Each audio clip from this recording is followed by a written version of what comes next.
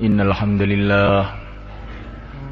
الحمد لله نستعينه ونستغفره ونؤمن به ونتوكل عليه ونعوذ به من شرور أنفسنا ومن سيئات أعمالنا من يهديه الله فلا مضل له ومن يضلل فلا هادي له أشهد أن لا إله إلا الله وحده لا شريك له وأشهد أن سيدنا ومولانا وحبيبنا محمدا عبده ورسوله اللهم صل وسلم وبارك عليه وعلى آله وأصحابه والتابعين لهم بإحسان إلى يوم الدين أما بعد فقد قال في كتابه الكريم إن الذين قالوا ربنا الله ثم استقاموا تتنزل عليهم الملائكة ألا تخافوا ولا تحزنوا وأبشروا بالجنة التي كنتم توعدون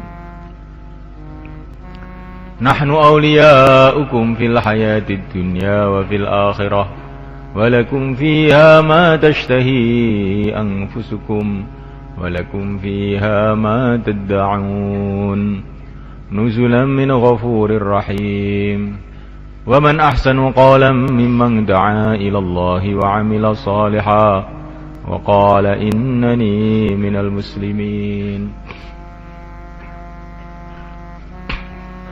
Hadirin dimuliakan Allah Subhanahu wa taala. Perkara yang paling penting dalam kehidupan manusia di dunia dan akhirat adalah iman. Meluruskan iman, menguatkan iman. Keyakinan yang benar kepada Allah Subhanahu wa taala. Keyakinan yang benar kepada Rasulullah sallallahu alaihi wasallam. Keyakinan yang benar kepada agama Allah. Keyakinan yang benar kepada kitabullah. Keyakinan yang benar kepada para malaikat Allah. Keyakinan yang benar kepada negeri akhirat. Keyakinan yang benar kepada takdir Allah Subhanahu wa taala. Bila di dalam hati kita ini ada iman yang sahih, iman yang benar, baru kita ini ada nilai di sisi Allah Subhanahu wa taala. Ada harga di sisi Allah Subhanahu wa taala. Tapi bila seseorang ini tidak ada iman yang sahih dalam hatinya, walaupun dia ini orang kaya, walaupun dia ini orang yang tampan, walaupun dia ini seorang raja, maka sama sekali tidak ada nilainya, tidak ada harganya di sisi Allah Subhanahu wa taala. Dia ini hanya merupakan sampah-sampah saja yang akan dilempar ke dalam api neraka, tidak ada harganya. Tapi bila seseorang ini ada iman yang sahih dalam hatinya, inilah orang yang mulia yang sebenar-benarnya. Raja yang sebenar-benarnya adalah orang yang di dalam hatinya ada iman yang sahih. Kalau orang itu ada iman yang sahih, maka sebentar lagi, mungkin nanti malam, mungkin besok pagi, atau setelah itu dia akan dikirim ke surga Allah SWT, menjadi raja-raja di surga Allah SWT. Orang yang kaya yang sebenar-benarnya adalah orang yang ada iman yang sahih di dalam hatinya. Orang yang ada iman yang sahih, sebentar lagi, mungkin besok, mungkin lusa, atau setelah itu akan dikirim ke surga Allah menjadi orang yang kaya yang tidak ada batas kekayaannya. Hadirin dimuliakan Allah SWT, orang yang beruntung, yang sebenar-benarnya beruntung adalah orang yang iman. Imannya sahih kepada Allah SWT, iman sahih kepada Rasulullah SAW.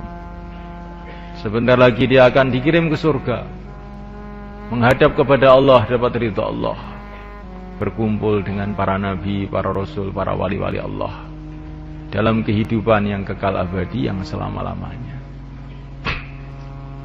Tapi bila iman tidak ada atau iman tidak sahih, sudah tidak ada nilainya apa-apa.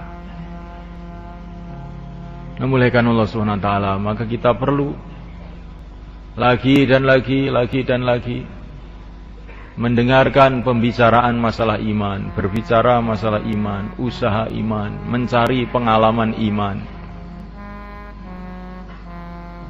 Pertama kali usaha iman ini adalah belajar mengenai lafaz iman, yaitu la ilaha illallah. Ini lafaznya iman, bahwa tidak ada yang berhak disembah illallah, selain Allah. Disembah itu apa yang dimaksud? Kata para ulama, disembah itu maksudnya adalah dicintai dengan sebenar-benarnya, ditakuti dengan sebenar-benarnya, sehingga ditundui dengan sebenar-benarnya. Itu namanya disembah. Yang berhak untuk dicintai dengan sebenar-benarnya hanyalah Allah Subhanahu wa taala.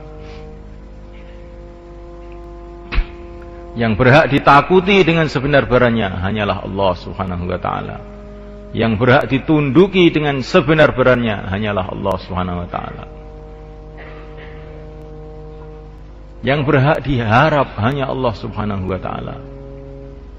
Karena semua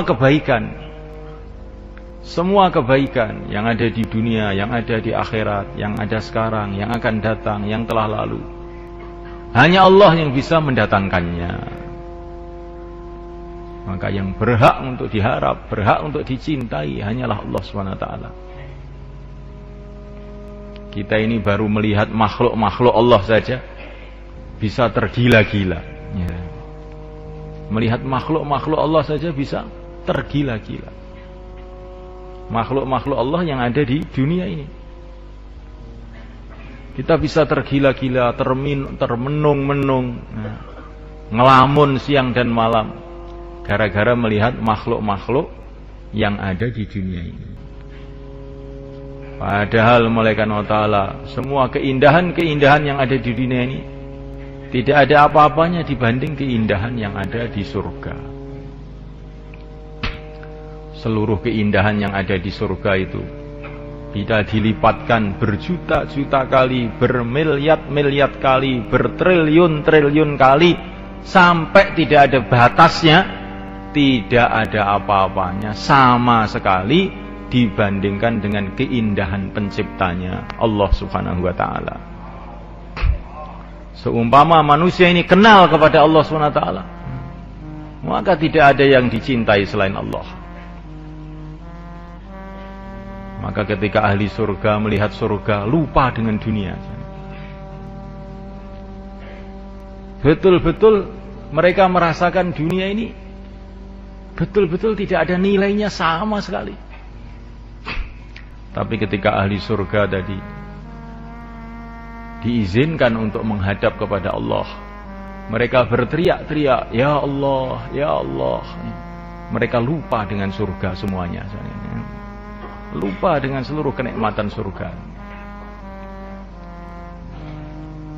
Hadirin yang dimuliakan Allah Subhanahu wa taala, kita melihat kesusahan-kesusahan yang ada di dunia ini, kita sudah ngeri. Kesusahan-kesusahan yang ada di dunia ini sudah mengerikan, membuat kita menggigil ketakutan. Kesusahan semua yang ada di dunia ini tidak ada apa-apanya dibanding kesusahan yang ada di neraka. Dan bila kesusahan yang ada di neraka itu dilipat gandakan jutaan kali, triliun-triliun kali, sampai tidak ada batasnya, tidak ada apa-apanya dibanding kesusahan yang dalam khazanah Allah Subhanahu wa taala. Maka semestinya manusia ini mendengar lafaz Allah saja menggigil, karena dahsyatnya keagungan Allah Subhanahu wa taala. Keagungan Allah Subhanahu wa taala yang tidak ada batasnya. Memuliakan Allah Subhanahu wa taala, seumpama kekayaan yang ada di dunia ini dikumpulkan menjadi satu, kekayaan yang ada di surga, yang ada di akhirat, semua dikumpulkan menjadi satu. Ini tidak ada apa-apanya. Ini baru satu tetes dari kekayaan yang tersimpan di dalam khazanah Allah, di dalam gudang Allah Subhanahu wa ta'ala. Maka semestinya manusia ini berharap kepada kekayaan Allah Subhanahu wa ta'ala melebihi harapannya kepada apa saja. Kalau saya taat kepada Allah, beres. Allah itu maha kaya.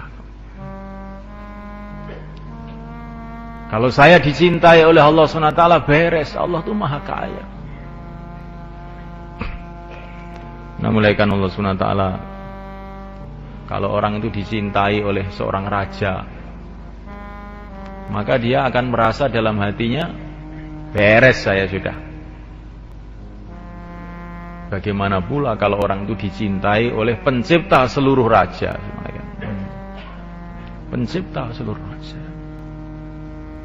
Kalau orang itu disayang oleh orang kaya, ayah saya ini orang kaya kok, nggak usah mikir saya itu, sawahnya 30 hektar. Ayah saya orang kaya, nggak mikir, dan ayah saya ini sayang sama saya. Bagaimana kalau orang itu disayang oleh Allah yang menciptakan seluruh orang yang kaya di alam semesta ini? Semestinya dia ini akan menjadi tenang, tentram, bahagia, tidak khawatir apa-apa. Tidak khawatir apa-apa. Memuliakan Allah Subhanahu wa ta'ala. Maka bila orang itu mengenal keagungan Allah, kehebatan Allah, kekuasaan Allah, Masya Allahu kan wa ma lam yasha' lam yakun. Apa yang dikehendaki oleh Allah pasti terjadi. Yang tidak dikehendaki oleh Allah tidak mungkin terjadi. Kalau orang itu kenal kepada keagungan Allah, maka tertanam dalam hatinya, tidak ada yang diharap selain Allah, tidak ada yang disembah selain Allah, tidak ada yang ditakuti selain Allah, tidak ada yang diminta selain Allah. Mencintai Allah, mengagungkan Allah, takut kepada Allah, merasa dekat dengan Allah Subhanahu wa ta'ala. Namanya belajar lafadz iman. Setelah belajar lafadz iman ini semula kan, perlu kita ini belajar pengalaman iman, pengalaman hubungan dengan Allah. Bagaimana caranya semuanya? Di saat-saat keadaan itu mengajak kita untuk terkesan dengan makhluk, kok kita ini tetap tidak terkesan dengan makhluk, hanya tawajuh kepada Allah, zahir batin, saat itu nanti kita dapat pengalaman iman. Jadi cari pengalaman iman itu begini caranya. Di saat suasana-suasana semua itu mengajak kita untuk tawajuh kepada makhluk, berharap kepada makhluk, takut kepada makhluk, terkesan dengan keadaan, kok kita ini tawajuh terus kepada Allah, nanti pasti kita akan dapat pengalaman iman. Ini ceritanya dalam Al-Quran banyak. Ketika seorang ahlul iman dari keluarga Fir'aun, rajulun mu'minun min ali Fir'aun, dalam surat Ghafir, ketika satu orang ahlul iman dari keluarga Fir'aun menghadapi ancaman-ancaman Fir'aun, tetapi dalam suasana seperti itu dia dakwah pada Fir'aun, cerita keagungan Allah kepada Fir'aun, dan dia menyerahkan dirinya kepada Allah. Wa ufawwidu amri ilallah, innallaha basirum bil ibad. Aku serahkan diriku kepada Allah. Allah maha tahu terhadap hamba-hambanya. Wa ufawwidu amri ilallah. Innallaha basirum bil ibad. Aku serahkan diriku kepada Allah. Allah Maha tahu terhadap hamba-hambanya. Fabaqahullahu sayyiati ma makaru. Ketika orang iman dari keluarga Fir'aun tadi, dalam suasana semua itu mengajak takut kepada makhluk. Tapi dia ini tidak takut. Wa ufawwidu amri ilallah. Aku serahkan diriku kepada Allah. Akhirnya dijaga oleh Allah, ya, sehingga Fir'aun dengan pasukannya ya, tidak bisa berbuat apa-apa di depan orang ini. Ini ceritanya banyak. Para nabi, orang-orang iman dahulu, para sahabat diceritakan dalam Al-Quran. Alladzina qala lahumun nasu Innan nasa qad jama'u lakum fakhshawhum fazadahum imana wa qalu hasbunallah wa ni'mal wakil. Datang orang-orang kepada para sahabat memberitahu, oh musuh-musuh sudah siap untuk mengganyang kamu semua. Ini suasana itu mengajak orang itu tawajuh pada makhluk, mengajak orang itu ketakutan kepada makhluk. Tapi para sahabat mengucapkan hasbunallah wa ni'mal wakil. Cukup Allah saja. Sebaik-baiknya yang diserai segala urusan adalah Allah. Akhirnya datang pertolongan Allah kepada para sahabat. Yang dikhawatirkan, yang ditakut-takutkan tadi ternyata tidak bisa apa-apa. Pasukan-pasukan Mekah yang akan menyerbu sahabat malah pada pulang semua. Ini pengalaman para nabi dulu, pengalaman para sahabat dulu. Suasana mengajak untuk tawajuh pada makhluk, kok tidak mau tawajuh sama makhluk, tetap tawajuh pada Allah. Alamat ini akan dapat pengalaman iman. Seperti Nabi Musa juga, depannya lautan, belakang pasukan Fir'aun. Teman-temannya semua inna lamudrakun. Sudah, kami hancur. Suasana mengajak tawajuh pada makhluk, teman-teman mengajak tawajuh pada makhluk. Ya. Tapi Nabi Musa, kalla inna ma'ya rabbi sayahdin. Jangan begitu, Tuhanku bersama aku. Inna ma'ya rabbi, Tuhanku bersama aku. Dia akan memberikan petunjuk pada aku. Akhirnya datang pertolongan Allah kepada Nabi Musa. Lautan dibelah menjadi jalan raya. Kalau dalam bayan begini mulai kan, memang semua mengajak tawajuh pada Allah. Ya enggak? Semua mengajak tawajuh pada Allah, terus kita tawajuh pada Allah. Ini bagus. Tapi yang lebih bagus lagi kalau kita ingin dapat pengalaman, suasana mengajak tawajuh pada makhluk, suasana mengajak berharap pada makhluk, takut pada makhluk, kok kita tetap tawajuh pada Allah. Nanti kita dapat pengalaman. Dapat pengalaman. Nah, mulaikan Allah Subhanahu wa taala. Ini orang mau jaulah. Ketika mau berangkat, tiba-tiba istrinya berteriak-teriak. Pak, ada apa? Ini anak kita hilang, Pak. Loh, hilang? Nah, bagaimana kok bisa hilang? Ya nggak tahu, tadi jalan-jalan di depan itu saya cari kemana-mana nggak ketemu. Ya saya mau jaulah. Ya penting jaulah apa penting anak? Katanya istrinya. Dia merenung. Kalau sudah ditanya begitu bagaimana kira-kira? Penting jaulah apa penting anak? Bingung ini. Bayan 20 tahun ini jadi lupa semua. Ya kan? Direnung. Penting jaulah katanya. penting jauhlah, karena jauhlah ini perintah Allah. Kalau saya menjalankan perintah Allah, nanti akan dapat ridho Allah, dapat pertolongan Allah.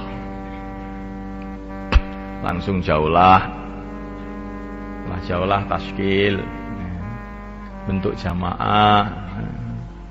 Setelah bentuk jamaah mau kencing di belakang masjid, tiba-tiba ada orang berteriak-teriak, Pak, ini ada anak kecil di sini, anaknya siapa Pak ini? Balah, anak saya ini. Masya Allah. Jadi orang itu kalau suasana itu mengajak kepada makhluk, kok dia tetap tawajuh kepada Allah, itu nanti dia dapat pengalaman macam-macam.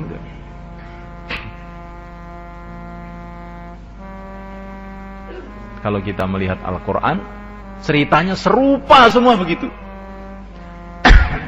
Kapan pertolongan Allah datang pada para nabi, para rasul, para sahabat, para wali-wali Allah zaman dulu, ketika suasana mengajak kepada makhluk, tapi mereka tetap tawajuh pada Allah.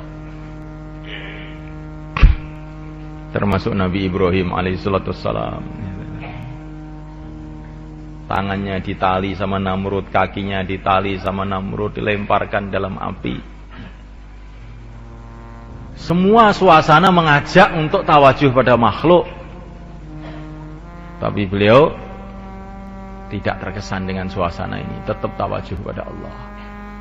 Hasbunallah, cukup Allah. Bahkan para malaikat pun datang mau menolong. Semestinya ini Nabi Ibrahim tawajuh pada para malaikat. Wah, ini datang para malaikat ini. Apa ini? Namrud dibanding para malaikat. Kebak sekali, habis Namrudnya.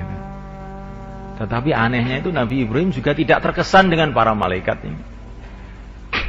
Hasbunallah, cukup Allah. Akhirnya datang pertolongan Allah SWT.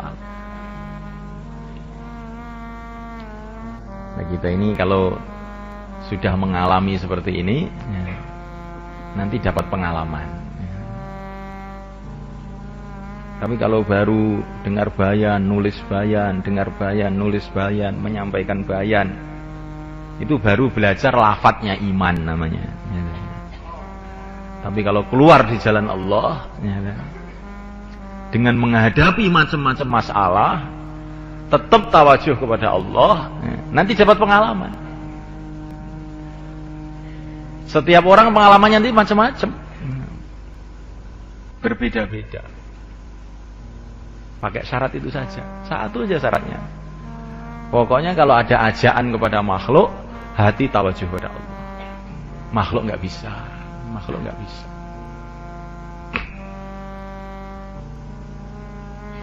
Nah, mulaikan Allah Subhanahu Wa Taala.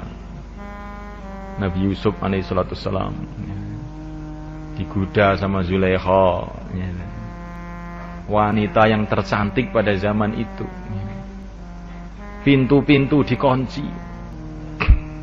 Wa qalat haytalat. Mari ke sini, mari ke sini. Tapi Nabi Yusuf tawajuh pada Allah. Ma'adallah, innahu rabbi ahsana mathwaya.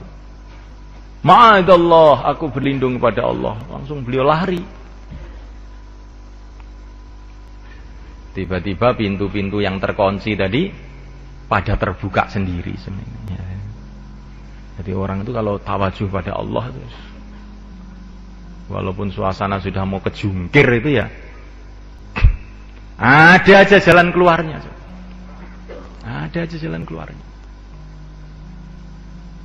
Tapi kemudian Zulaikha bikin masalah, bikin fitnah-fitnah, laporan kepada suaminya, ini Yusuf ini, dia menggoda saya, macam-macam. Akhirnya apa yang terjadi semalekan? Nabi Yusuf orang tawajuh pada Allah. Tiba-tiba itu ada bayi di rumah itu ngomong. Yang biasanya nggak pernah ngomong, lo ngomong. Bayi masih digendong, belum bisa ngomong, tahu-tahu ngomong. Itu Yusuf itu, kalau bajunya sobek dari depan, berarti Zulaikha benar. Kalau sobek dari belakang, Zulaikha salah, yang benar Yusuf. Ternyata sobeknya bajunya Nabi Yusuf itu dari belakang. Akhirnya suaminya Zulaikha ini paham, oh istri saya yang keliru. Istri saya yang keliru. Jadi orang itu kalau dituduh macam-macam itu nggak usah mengelak, tawajuh aja sama Allah, ma'adallah, tawajuh pada Allah. Nanti ada yang membela sendiri. Sampai bayi pun bisa membela nanti. Ini orang dakwah begini, orang dakwah begini, bikin masalah, bikin kerusakan, bikin astagfirullahaladzim. Tawajuh pada Allah saja. Nanti kan orang lain yang Allah gerakkan untuk membela. Nanti bisa bayi-bayi ngomong nanti. Lu salahnya orang di masjid itu apa toh Pak? Kok dimarah-marah itu salahnya itu apa? Lah iya, ya gak salah apa-apa loh. Akhirnya ya. Orang di masjid kok dimarah-marah itu lo salah apa? Dia nggak minta uang, nggak minta apa ya, bekal sendiri-sendiri. Ya iya, salah apa ya? Saya sendiri nggak tahu salahnya. Jadi sudah mulai kan ta'ala. Kalau suasana kita ini mengajak untuk tawajuh pada makhluk, tawajuh pada Allah, nanti kita ini dapat pengalaman-pengalaman.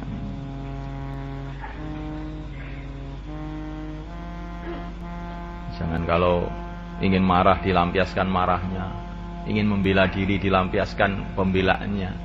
Itu nanti kita ini nggak dapat pengalaman iman. Kalau ingin kita dapat pengalaman iman, kalau mau marah ditahan, tawajuh pada Allah. Nanti Allah Subhanahu wa taala akan berikan macam-macam nusrohnya kepada kita. Allahu waliyyu man sakat. Katanya para ulama, Allah itu akan membela orang yang diam. Allahu waliyyu man sakat. Allah itu membela orang yang diam. Jadi kalau orang itu dicaci maki begini wis diam, nanti Allah yang membela. Tapi kalau kita ini ganti juga marah, nah nanti kita pertandingan tinju, ya, pertandingan tinju. Ya. Jadi tontonan orang. Maka satu hari ada orang mencaci maki Abu Bakar, dicaci maki begini. Nabi mendengar itu senyum aja. Lama-lama Abu Bakar nggak tahan, ganti mencaci dia. Maka Nabi langsung marah dan pergi. Maka Abu Bakar terkejut, kenapa ya Rasulullah engkau pergi? Ketika kamu tadi dicaci maki diam saja. Saya lihat para malaikat pada datang membela kamu. Tapi ketika kamu ganti marah, saya lihat malaikat-malaikat pada pergi, syaitan datang. Ya, saya nggak mau duduk di tempat yang ada syaitannya ini. Nah kalau malaikat datang, alamat hidayah akan datang. Karena malaikat ini makhluk-makhluk suci. Nah kalau syaitan datang, siapa yang akan datang? Yang akan datang adalah dhalalah, kesesatan. Makanya wongis dielek-elek, meneng wae. Kamu kok diam saja, Mang? Ini belajar diam kok, Pak. Saya itu ngengkel itu sudah lama, berpuluh-puluh tahun saya sudah biasa ngengkel.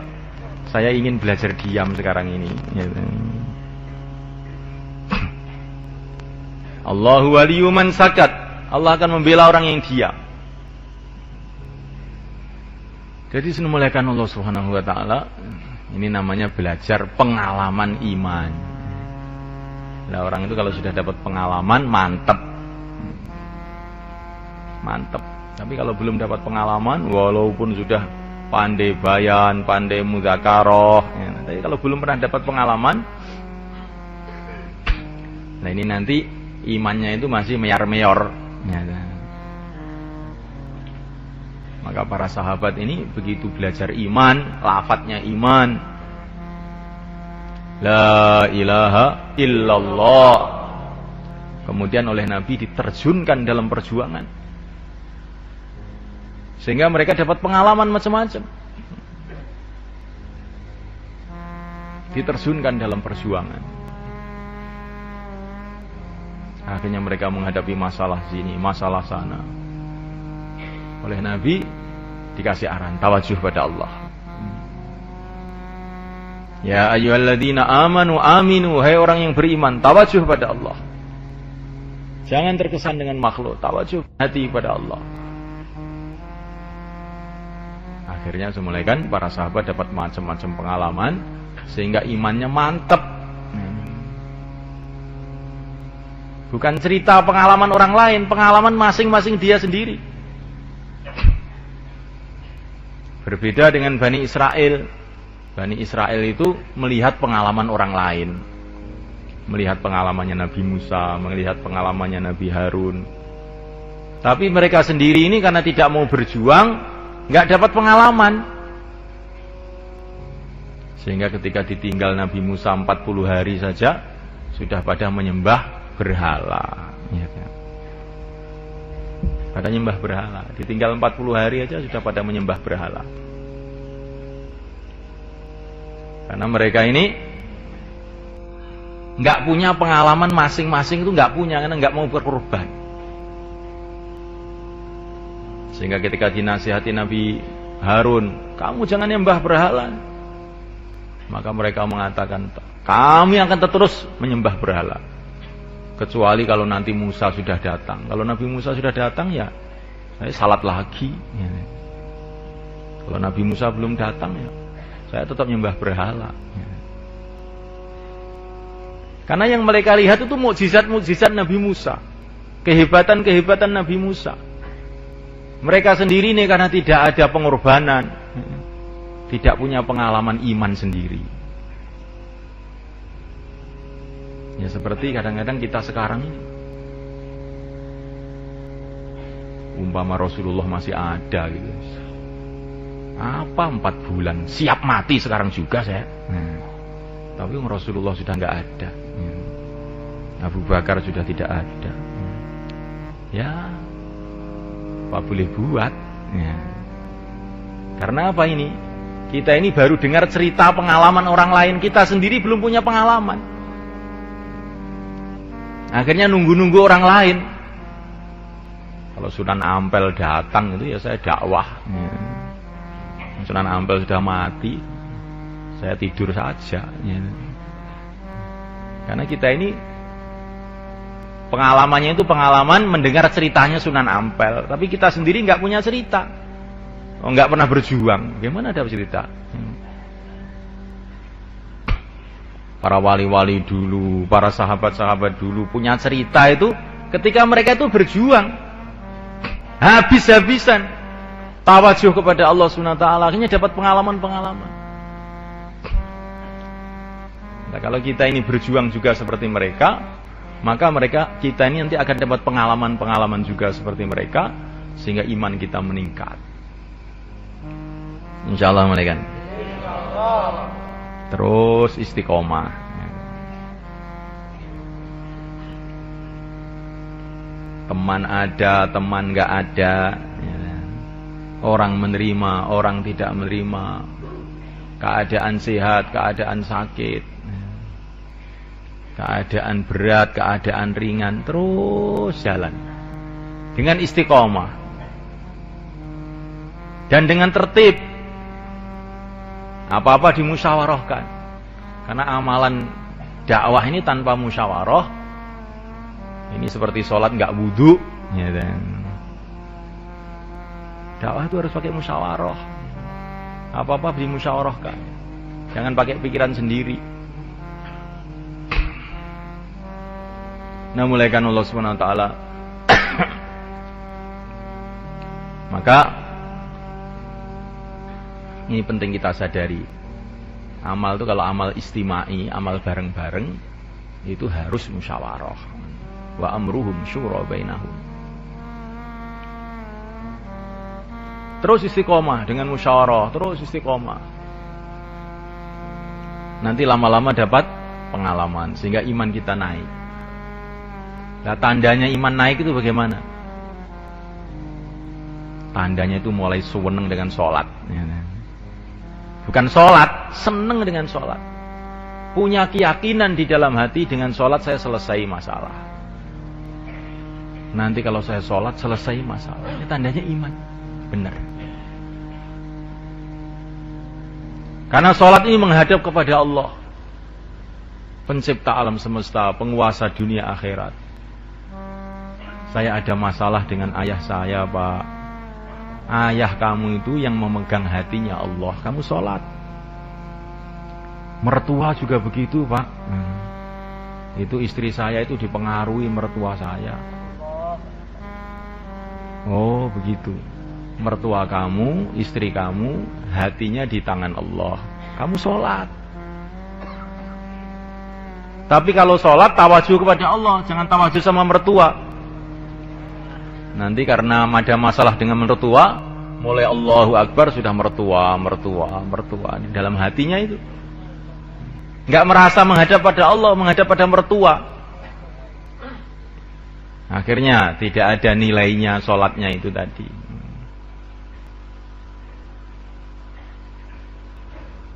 Tawajuh pada Allah dan sholat. Ya Allah, hati istri saya di tangan Engkau, ya Allah. Dia tidak bisa berbuat apa-apa, ya Allah, tanpa Engkau. Berikanlah perubahan dalam hati istriku. Mertua saya juga hamba-Mu, ya Allah, yang menciptakan hatinya Engkau, yang mengendalikan hatinya Engkau, yang mengendalikan otaknya Engkau, yang mengendalikan mulai pucuk rambut, pucuk kaki, pucuk kukunya adalah Engkau. Gerakkanlah dia untuk kebaikan, membantu saya dalam perjuangan dakwah ini. Nah, begitu sebenarnya. Jangan sambat saja. Gitu. Sebetulnya saya ini juga ingin, tapi gimana ya? Mertua saya ini, istri saya ini. Tapi itu boleh saja, tapi tapinya yang tapi yang benar. Tapi yang kuasa itu hanya Allah. Tapi yang bisa menolong saya itu hanya Allah. Pokoknya bagaimanapun juga ya saya nangis pada Allah. Itu tapi yang benar. Jangan tapi yang tidak benar.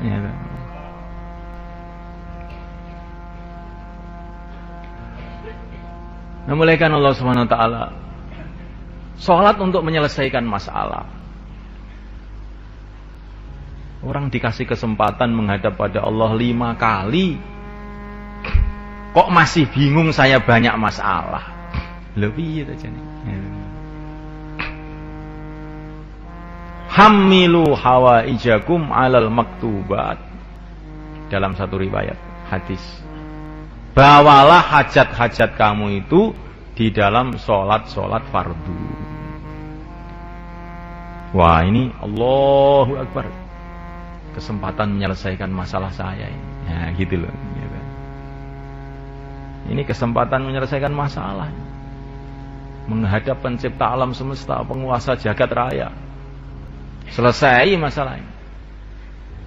Kalau orang menghadap kepada Allah, kemudian dia ini dalam hati ada rasa belum cukup untuk menyelesaikan masalah dia, maka imannya berarti sudah rusak. Rusak, gawat, rusak berat ini namanya. Menghadap kepada Allah kok belum merasa bisa selesai. Nah, siapa yang akan bisa menyelesaikan kalau Allah nggak menyelesaikan?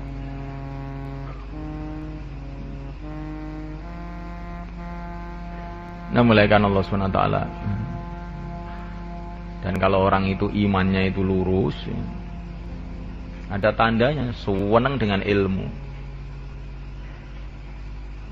Belajar ilmu itu senang. Karena apa? Ilmu itu untuk mengetahui apa perintah Allah, apa larangan Allah, apa adab sopan santun hidup di bumi Allah, di depan Allah, didengar oleh Allah. Jadi belajar ilmu itu bukan supaya dipanggil jadi ustadz, bukan. Bukan disekatakan ini Pak Kiai ini karena sudah ngaji 20 tahun ini. Bukan itu maksudnya. Bagi orang beriman tuh ilmu itu penting karena untuk supaya tahu perintah Allah itu apa. Saya ini disuruh apa? Saya ini hamba Allah, tinggal di bumi Allah, di bawah kolong langit Allah. Terus sekarang ini saya ini disuruh oleh apa? Disuruh apa oleh Allah?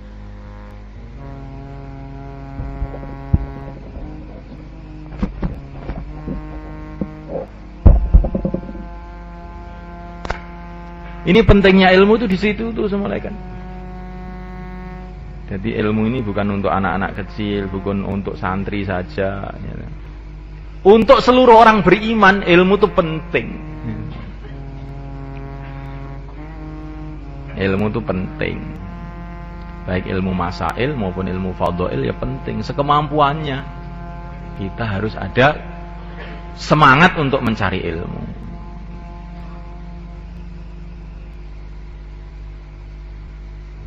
Jangan kemudian kita ini salah paham, cari ilmu nggak diamalkan, apa gunanya? Ya kalau tidak ada ilmunya, ngamalkannya bagaimana? Ya kan? Wong sudah punya ilmu aja masih sulit mengamalkan, apalagi nggak punya ilmu, tambah belas, ya kan? Tambah sama sekali jadinya. Ya kan? Jadi kita ini jangan menjadi orang yang anti ilmu. Wah ini keliru mulai kan? Ya kan? Yes ngene iki aku wis. Karena mencari ilmu itu Masya Allah, ilmu agama itu semulaikannya.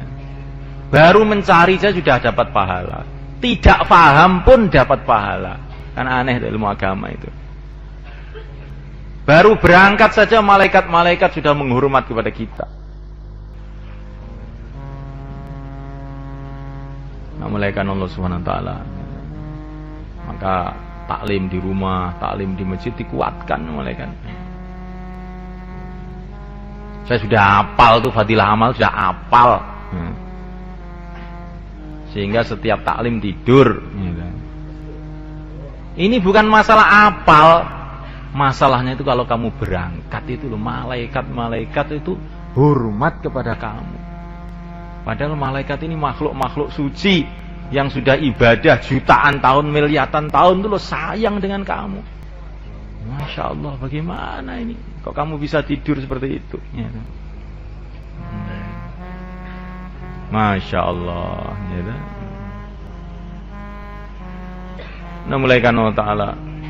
Kalau iman itu benar, orang itu seneng dengan zikir. Mulutnya nggak bisa berhenti dari zikir. Subhanallah, Subhanallah. Ya. Seperti ceritanya Nabi Idris. Sampai beliau ini punya kerjaan itu menjarum pakaian. Menjarum pakaian. Sambil menjarum itu Subhanallah, Alhamdulillah, wa la ilaha illallah, Allahu Akbar. Tahu-tahu iblis datang iri. Ini orang jarum pakaian dikir terus. Mau iblis ini mengangkel ini iblis ini. Tahu-tahu iblis datang. Tuanya macam-macam. Langsung oleh Nabi Idris jarumnya itu dicocokkan ke matanya iblis itu. Sehingga akhirnya matanya itu buta satu. Ya, begitu semuanya kan. Jadi orang itu kalau imannya benar tuh zikir tuh seneng begitu. Itu tandanya iman tuh benar. Nah kalau zikir ini terus dikerjakan mulai kan, timbul sifat namanya mahabbatullah, cinta kepada Allah. Nah kalau sudah timbul cinta kepada Allah, amal agama itu jadi seneng. Sholat jadi seneng, dakwah jadi seneng. Itu tandanya zikirnya benar. Menjalankan perintah Allah itu dengan senyum, dengan gembira, karena cinta. Orang ini kalau sudah cinta, mengamalkan perintah kekasihnya itu dengan gembira. Korban itu dengan seneng. Seperti orang tua, seperti seorang suami cinta sama istrinya. Maka dia bertungkus lumus kerja 40 tahun. Bisa membangun rumah, gembira. Alhamdulillah. Saya sudah bisa membikinkan rumah untuk istri saya. Loh. Kan aneh kan? Ya kan?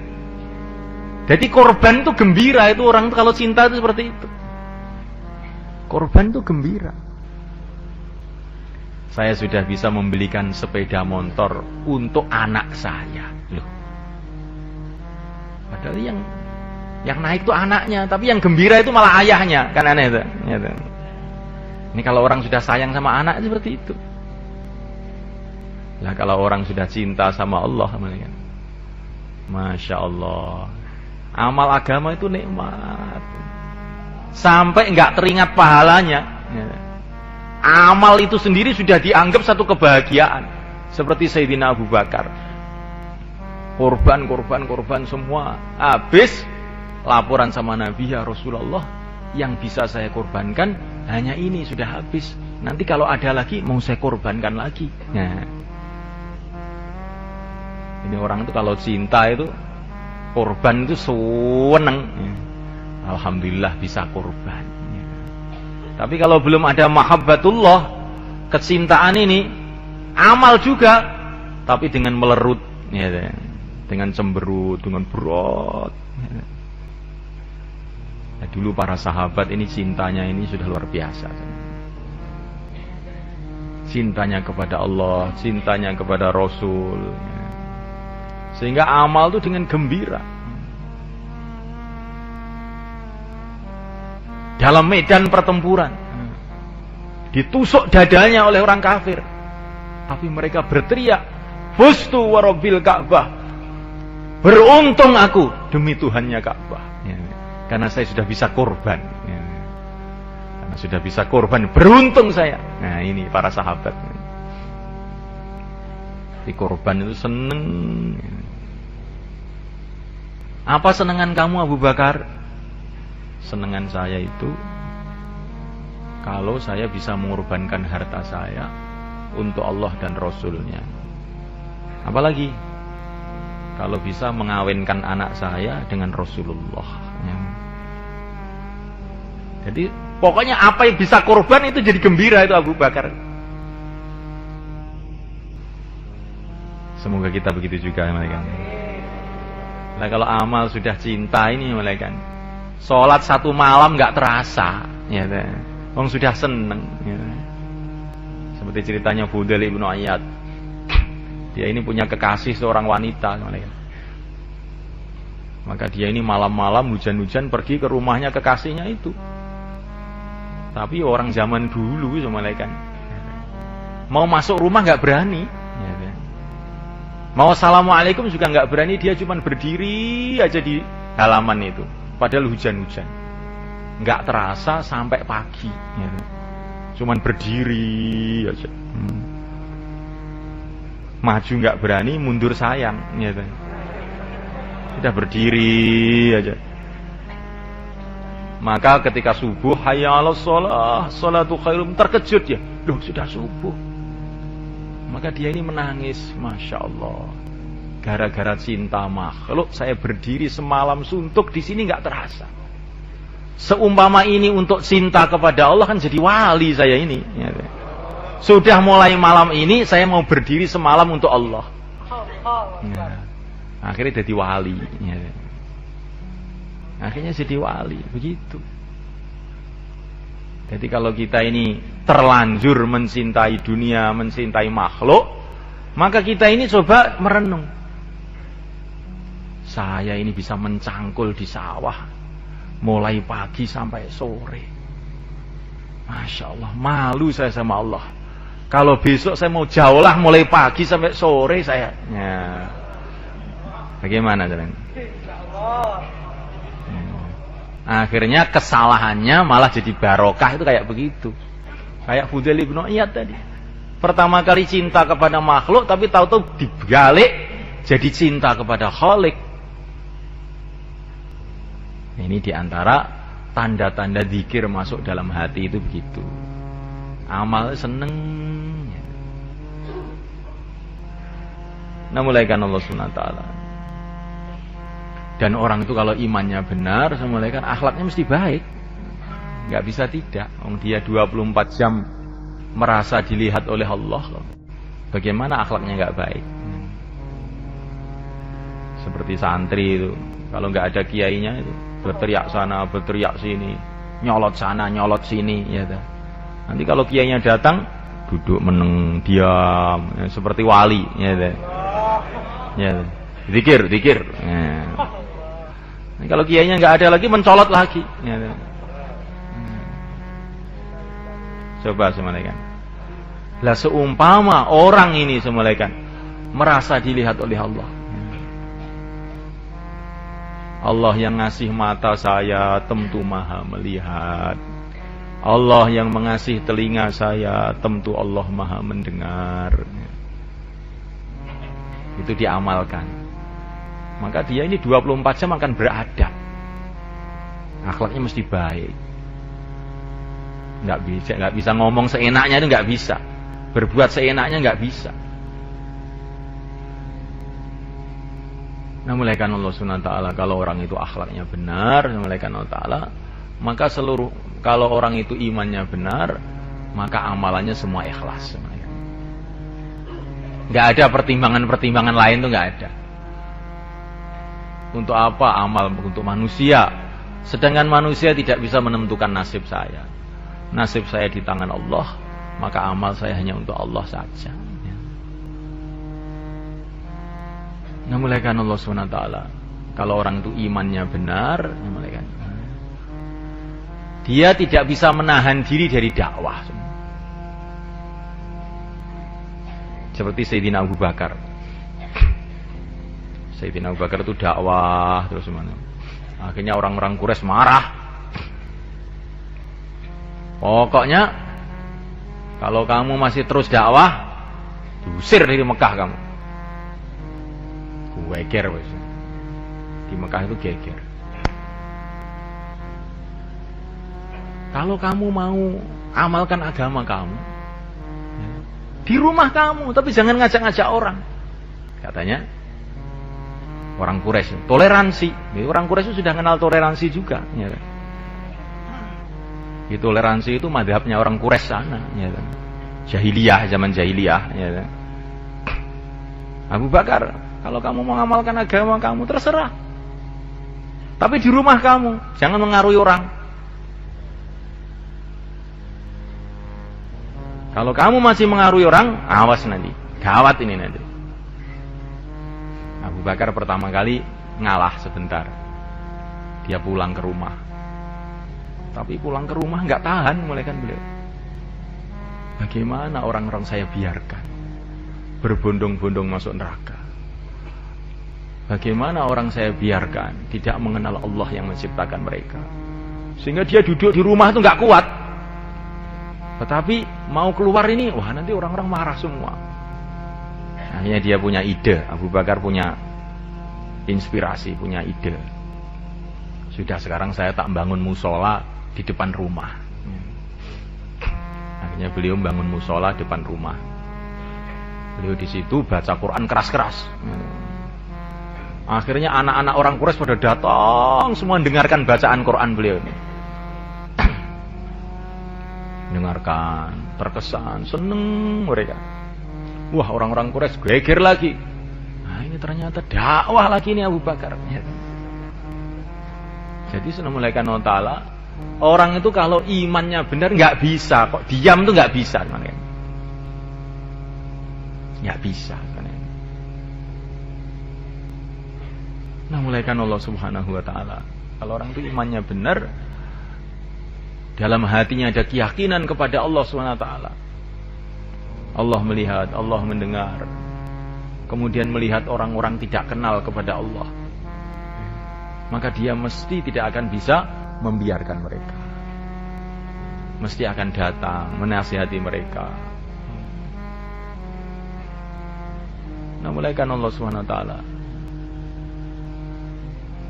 kalau kita ini melihat ada orang mau berjalan, mau masuk jurang atau mau masuk sumur, kalau kita ini memang orang waras, nggak akan bisa membiarkan begitu. Mesti kita berteriak-teriak, Pak, sumur itu depan itu. Ya nggak mereka. Kalau orang itu ada keyakinan bahwa di depan sana ini kalau orang itu tidak amal agama adalah sumur jahanam, gitu. Bagaimana orang itu bisa diam, ya kan? Membiarkan orang maksiat, membiarkan orang tidak kenal agama, nggak bisa diam. Jadi orang itu diam tuh sebetulnya karena dia ini imannya ini melemah sebenarnya. Kalau orang itu imannya benar, nggak akan bisa diam. Mesti dia akan mengingatkan orang, mesti dia akan mengajak orang. Maka iman dengan dakwah itu nggak bisa berpisah. Orang-orang ahlul iman semua ahli dakwah. Para nabi, para rasul, para sahabat, para wali-wali Allah semua ahli dakwah semua. Wal mu'minuna wal mu'minatu ba'duhum awliya'u ba'd ya'muruna bil ma'rufi wa yanhauna 'anil munkar. Orang iman laki-laki maupun wanita saling bantu-membantu satu sama lain. Bentuknya bagaimana bantu-membantunya itu? Di antara bentuknya adalah ya'muruna bil ma'rufi wa yanhauna 'anil munkar, mengajak pada kebaikan, melarang kepada dari kemungkaran. Nah, mulai kan Allah Ta'ala, dakwah ini penting. Kemarin Maulana Mustaqim hafizahullah beliau mengatakan wujudnya agama itu adalah dengan dakwah. Untuk menjaga agama begitu juga harus dengan dakwah. Wujudnya pertanian dengan kerja namanya kerja pertanian. Begitu juga untuk menjaga pertanian bagaimana? Ya kerjanya, ya pertanian itu sendiri juga. Untuk mewujudkan perdagangan, maka perlu ada kerja namanya kerja perdagangan. Nah, untuk supaya menjaga perdagangan itu sendiri bagaimana? Ya harus ada kerja namanya perdagangan itu diteruskan. Jadi kalau semulaikan kita ini bertani, sudah wujud kerja pertanian. Wujud kerja pertanian 100 tahun, 500 tahun. Karena kita sudah kerja pertanian terus-menerus turun-menurun 500 tahun. Nah, sekarang ini kerja pertanian sudah kita buat selama 500 tahun. Oleh karena itu, sekarang kita sudah tidak perlu kerja pertanian lagi. Ya. Maka kita tidak perlu kerja pertanian lagi. Akhirnya jadi apa yang jadi? Yang terjadi apa? Ya langsung sawah-sawah kita bertahap-tahap akan rusak semua. Seperti kita sekarang ini di Jawa ini. Dulu Wali Songo sudah dakwah tungkus lumus siang malam selama 40 tahun sehingga seluruh orang Jawa telah masuk Islam. Oleh karena itu sekarang sudah tidak perlu dakwah lagi. Begitu sebenarnya. Saya ini sudah makan selama 40 tahun. Maka oleh karena itu mulai hari ini kita sudah tidak perlu makan lagi. Sudah terlalu lama kita makan ini. Begitu semulaikan. Jadi semulaikan untuk supaya kita ini bisa hidup, asbabnya ya makan minum itu. Untuk meneruskan hidup ya asbabnya makan minum itu juga. Ini ketentuan Allah, sunnatullah untuk manusia. Untuk mewujudkan agama perlu dakwah. Untuk meneruskan wujudnya agama ini juga harus terus dakwah, terus dakwah. Dakwah ini kerja permanen umat. Sebagaimana ibadah juga kerja permanen umat. Jadi umat Islam ini kerja permanennya itu dua, ya ibadah, ya dakwah. Dua-duanya. Mulai awal. Karena Nabi kita, baginda Muhammad SAW adalah Nabi yang terakhir. Maka mulai awal pertama kali Nabi kerja di Mekah, diutus oleh Allah di Mekah, beliau mengajarkan kepada umatnya itu dua kerja sekaligus, dakwah dan ibadah, langsung sekaligus. Orang diajak ibadah, orang diajak dakwah. Mulai awal-awal, baru orang masuk Islam satu. yaitu Sayyidina Abu Bakar As-Siddiq radhiyallahu ta'ala anhu, hari itu juga ibadah, hari itu juga dakwah. Hari itu juga dakwah, hari itu juga ibadah. Tapi waktu itu memang belum ada sholat 5 waktu, tapi sudah ada sholat.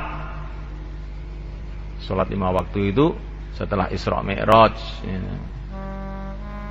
Kurang lebih 1 tahun setelah menjelang hijrah. Tapi sholat itu mulai awal sudah ada sholat. Mulai awal sudah ada sholat. Orang diajari iman, kemudian diajari sholat, dan sekaligus dakwah. Mulai awal Nabi selalu begitu. Karena Nabi ini adalah Nabi yang terakhir. Umatnya punya tanggung jawab double melebihi yang dulu. Apakah umat-umat yang dulu tidak dakwah? Umat-umat yang dulu dakwah juga, tapi tanggung jawabnya tidak seperti umat ini. Umat-umat yang dulu dakwah. Orang yang mengatakan umat dulu hanya ibadah itu keliru besar. Dalam Al-Quran banyak juga cerita umat-umat dulu dakwah juga. Tetapi tanggung jawabnya tidak sebesar umat ini. Karena umat dulu itu Nabi wafat, datang Nabi lagi, Nabi wafat, datang Nabi lagi, Nabi wafat, datang Nabi lagi. Sehingga tanggung jawabnya itu tidak sebesar umat ini.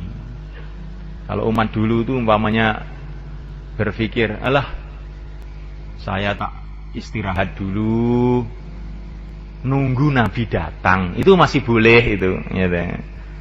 Karena memang Nabi akan terus datang, ada lagi Nabi, datang Nabi lagi. Jadi nunggu-nunggu itu boleh kalau umat dulu itu. Karena pintu kenabian belum ditutup.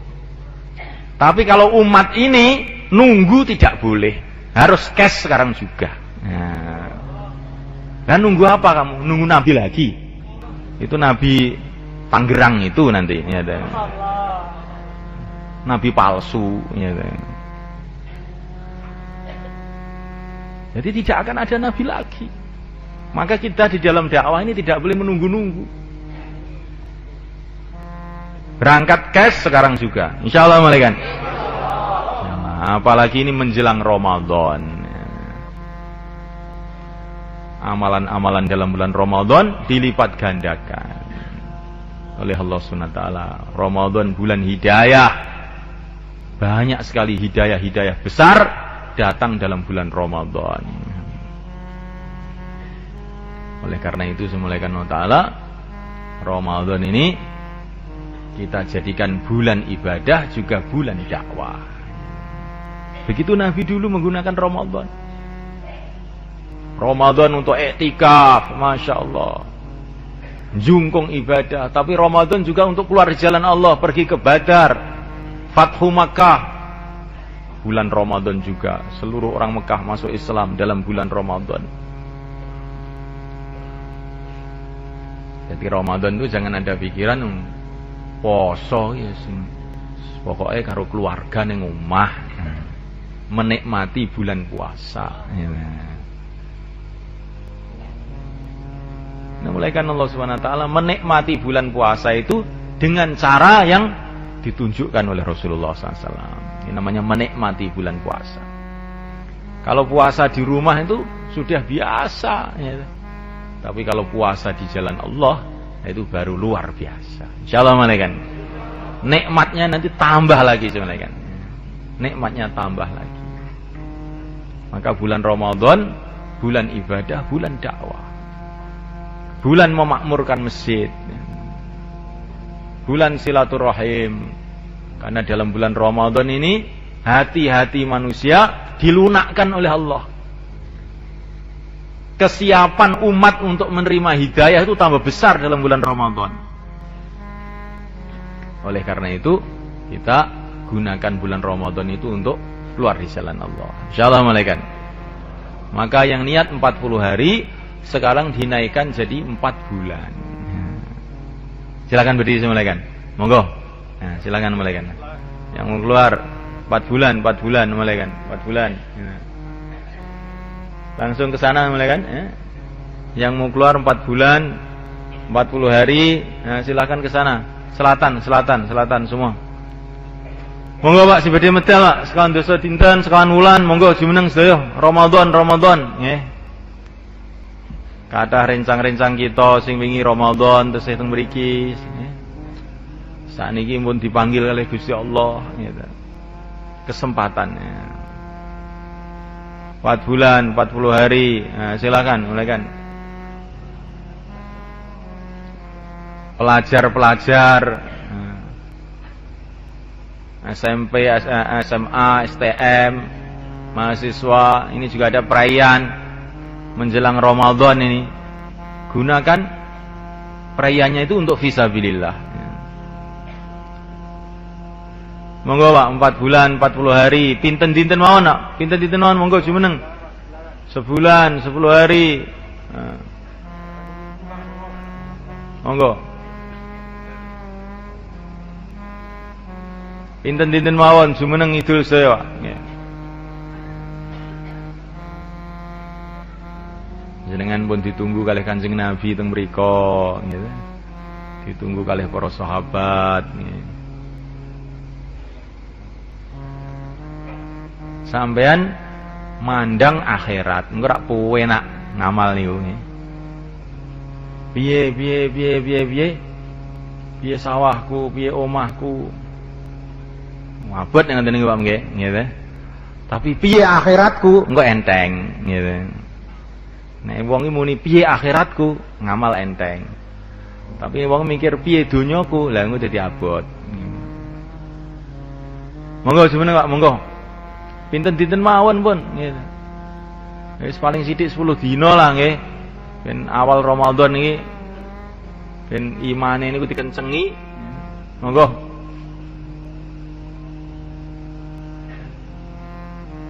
Insyaallah sedaya niat nggih. Sakniki sing naskil genti jenengan, Pak. 3-3 sekawan-sekawan, monggo. Monggo 3-3 sekawan-sekawan mudzakarah ganti sing naskil jenengan, gitu. Ketoke mandi-mandi sampeyan iki naskile. Monggo.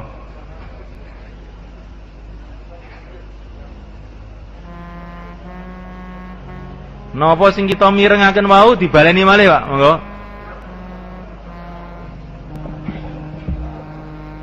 Apa yang kita dengar tadi, kita ulang-ulang.